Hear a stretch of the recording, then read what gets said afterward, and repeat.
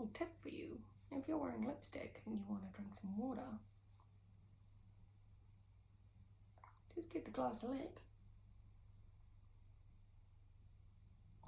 And then your lipstick doesn't transfer onto the glass. Little beauty hack for you. Shout out to my wedding photographers who taught that to me on my wedding day. Hi guys, welcome back to my channel and welcome back to another pen review video.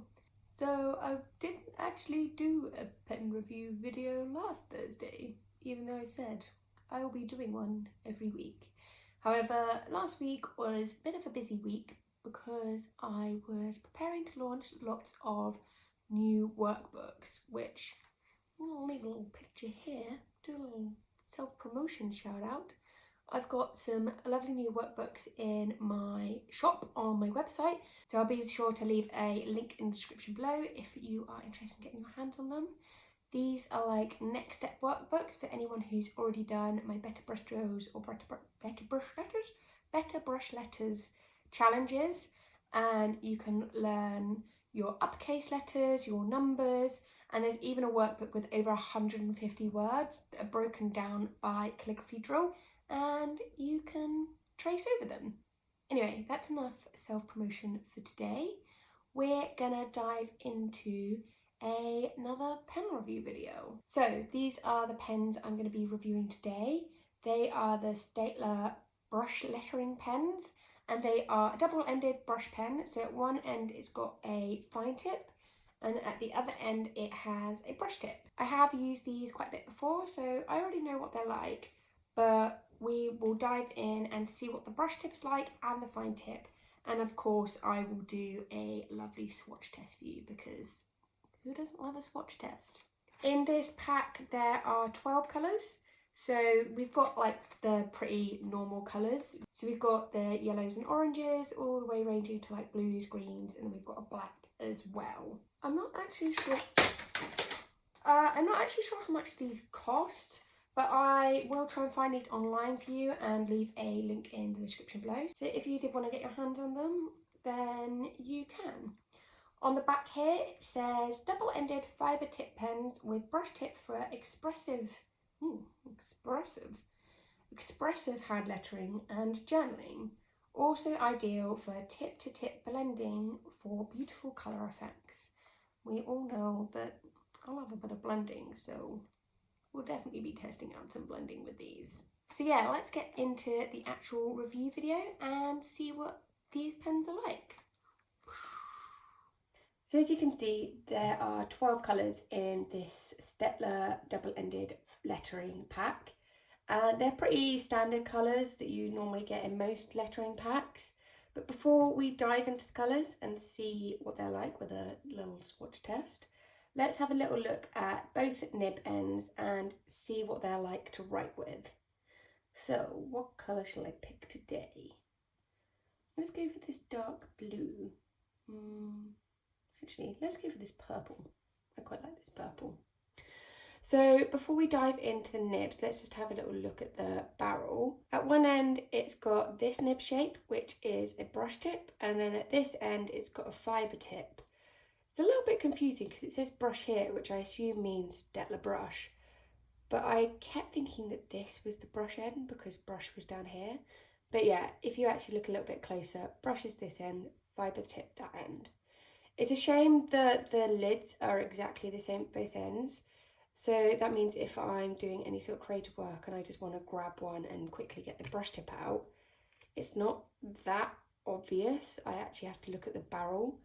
So that is a little bit of a shame. A lot of double-ended brush pens tend to have like a smaller nib for the fibre tip and then a bigger nib for the brush tip, so it's just a little bit easier to navigate. So as I said, at one end it's got a brush tip, and I'd say this is about a medium-sized brush tip. It's definitely not as big as brush tips like the Tombow Dual brush pen, but it is much bigger than the Pentel Touch Sign pen.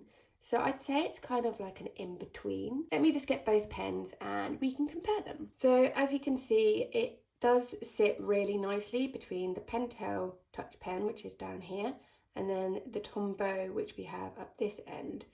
It is a really perfect in-between brush tip, which is super exciting because a lot of brush tips tend to be much smaller or much bigger, so it's nice to have that in-between size. At the other end, we've just got a fine fibre tip. I can't remember what size it said.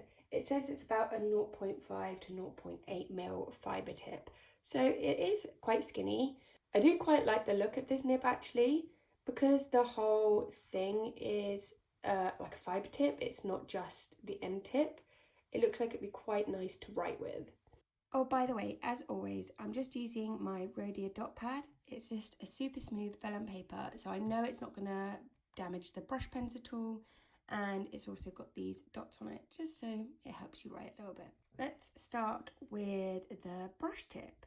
So I've just taken you down to this angle so you can see how the brush tip is flexing when I'm doing my thick and thin strokes. So I'm just going to write the word hello.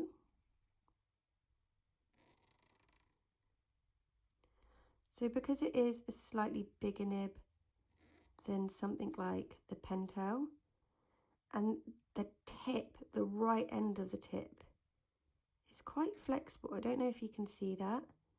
It is a little bit trickier to do super thin lines. However, the thick lines are really lovely.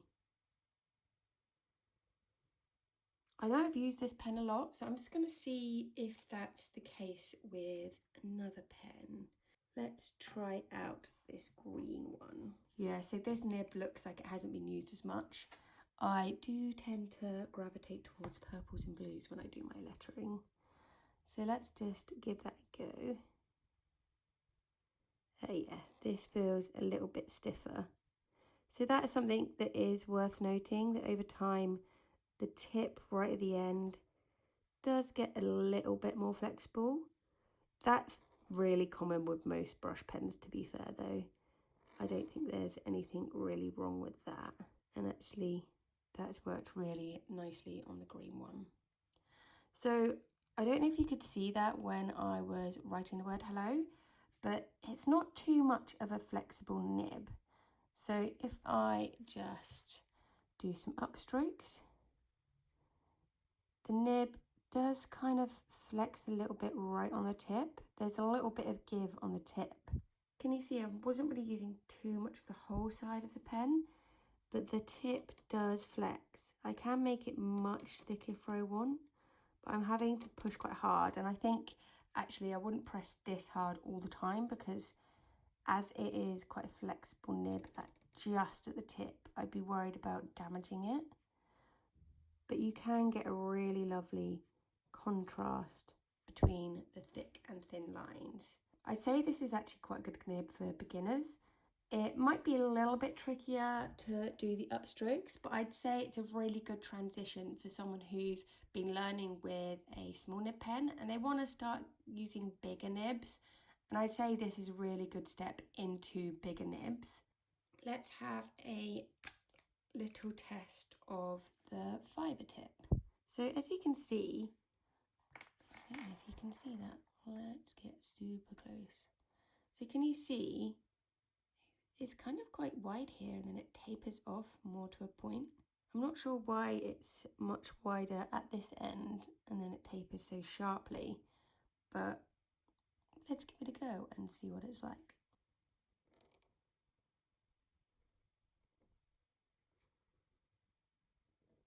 So it's not the thinnest fibre tip in the world.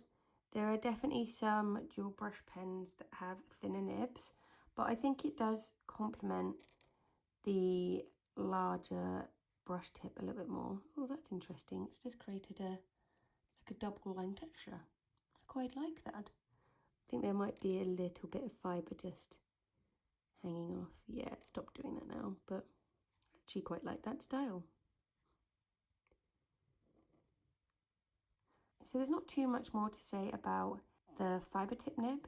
There is a tiny little bit of ink kind of pooling, I guess is the right term, at the ends of my letters. And actually, I don't know if you can tell, there is a bit of an overlap where the strokes join.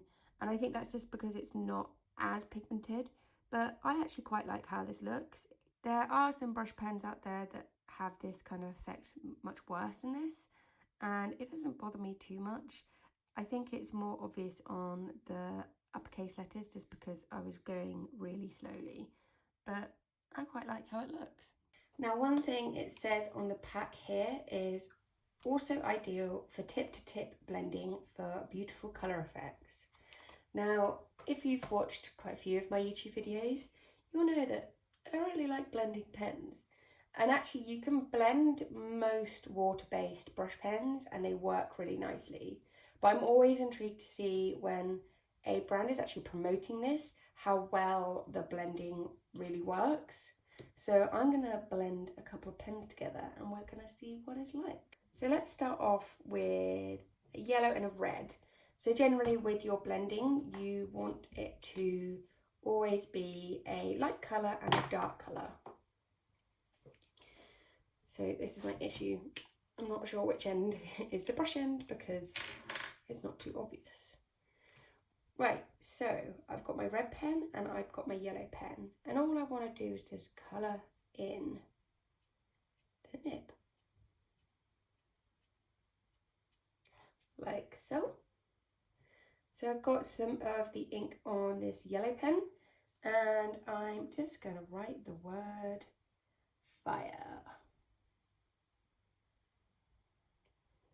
So can you see it's come out a really lovely orangey colour? And then over time, it's just starting to go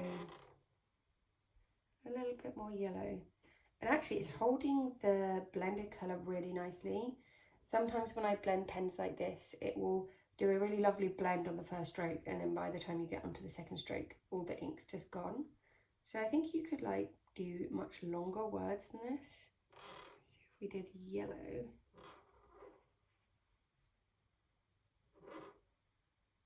we can see that it's starting to get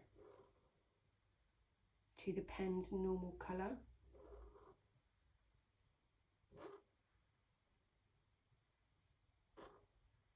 So I really like how gradual this fade is. Like I said, some pens you do 1 or 2 strokes and then all the ink's gone, whereas this retains the ink really nicely and it just does a super gradual fade out. Now if you want to get the excess ink off, you just have to give the nib a scribble. Yellow does tend to stain a little bit worse than most brush pens, but as you can see, even though there's a little bit of red on that yellow tip still, it's still coming out a nice yellow colour, so I'm not too worried about that. So these are quite like a similar shade on the colour spectrum, but I'm going to test out blue and a purple. Now I love blending blues and purples. It's probably my favourite blending combination. So that's partly why I want to try it out, but I also think it's a really good way to see how well the pens blend. So I'm going to take this light blue and this purpley pink colour and we'll see what happens. So I'd say the light blue is probably the lighter colour, so I'm just going to colour it in with the purple.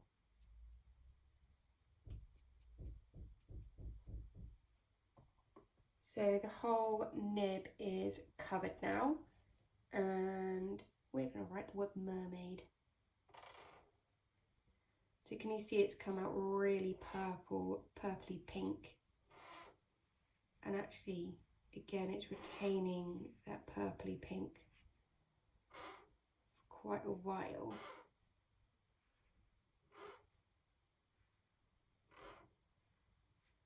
And now it's slowly transitioning.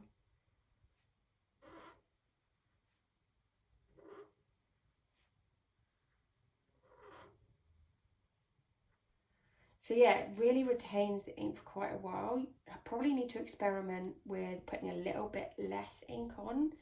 I am used to kind of covering the whole nib just because a lot of pens don't retain the transferred ink so well, but I'm really impressed with how well this is working. Again, I can just do some scribbles to get the extra ink off. And what I'm going to do is I'm going to give it a go writing mermaid again, but I'm only going to put a really small amount of purple on, and I just want to see what effect that gets.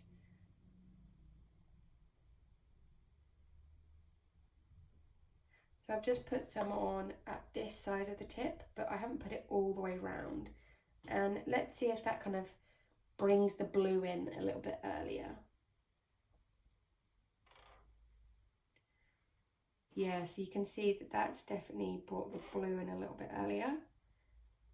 And this just creates a very different effect. So actually what I'd go in and do is just top up with a little bit more pinky purple. So it's really lovely that you can create two very different effects with this.